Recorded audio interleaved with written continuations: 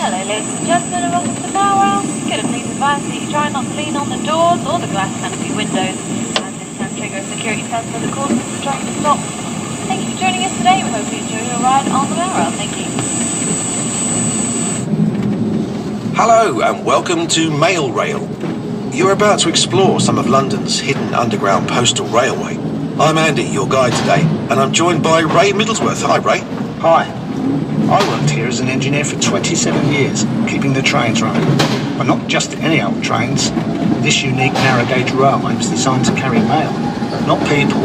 So if you're feeling a little cramped, that's why. And although we have a driver today, the original mail trains were driverless.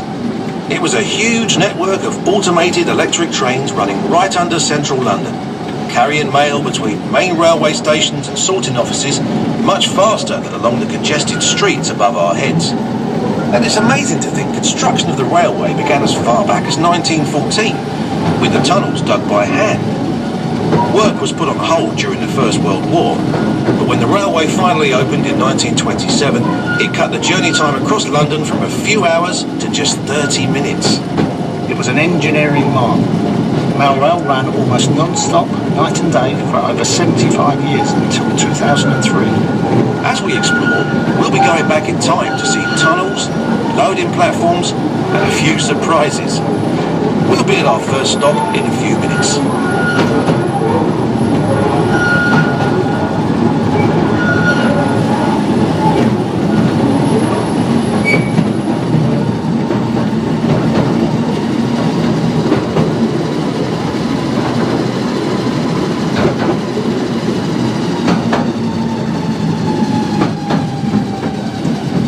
Did you spot some sandbags just then?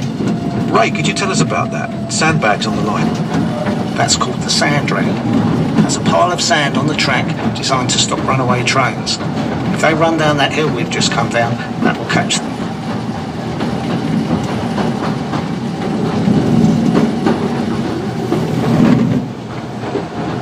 The platform you're about to see looks much as it did on the day it shut down in 2003.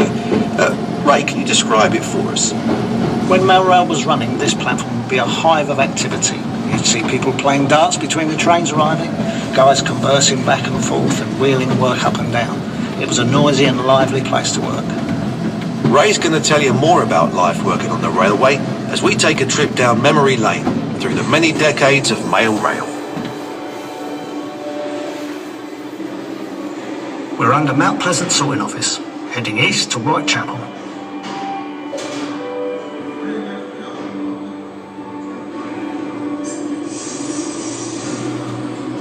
It was hard work down here, but we all thought we were part of something important.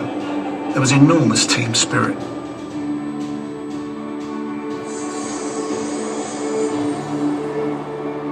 We seemed to get ourselves in the news a lot in the 90s.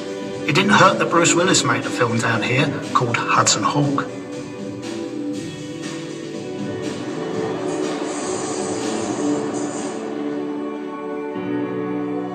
In the 80s, we had our 60th anniversary.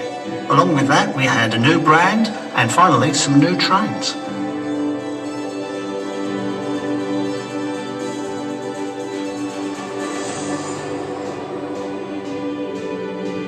I'll tell you two things that sum up the 70s. Postcodes made life a lot easier, and strikes made life not so easy.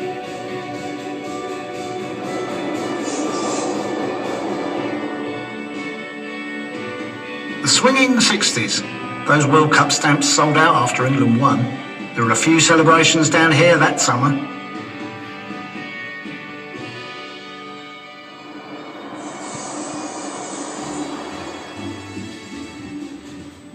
In the 50s, air travel became much more common, and so did airmail, and that meant even more of it travelled along Mail Rail.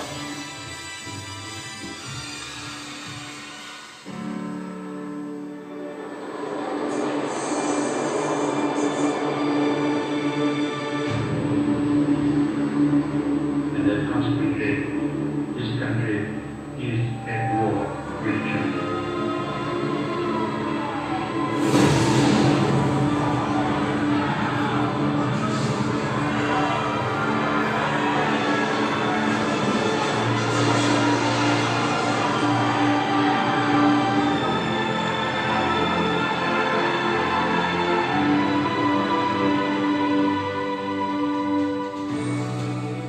railway was bombed several times. This station suffered the most damage when it was hit in 1943. Amazingly, the railway was back up and running the very next day.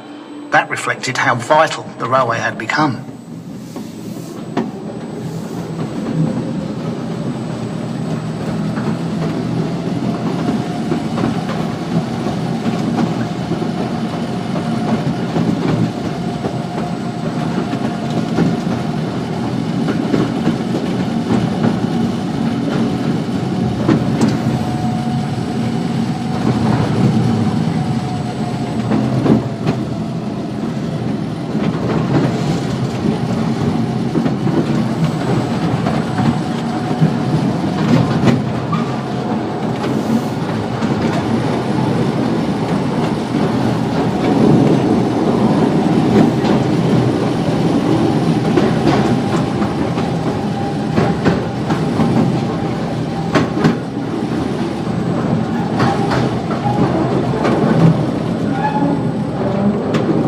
The tunnel off to the left leads to Liverpool Street Station, where mail was transferred to the main railway network.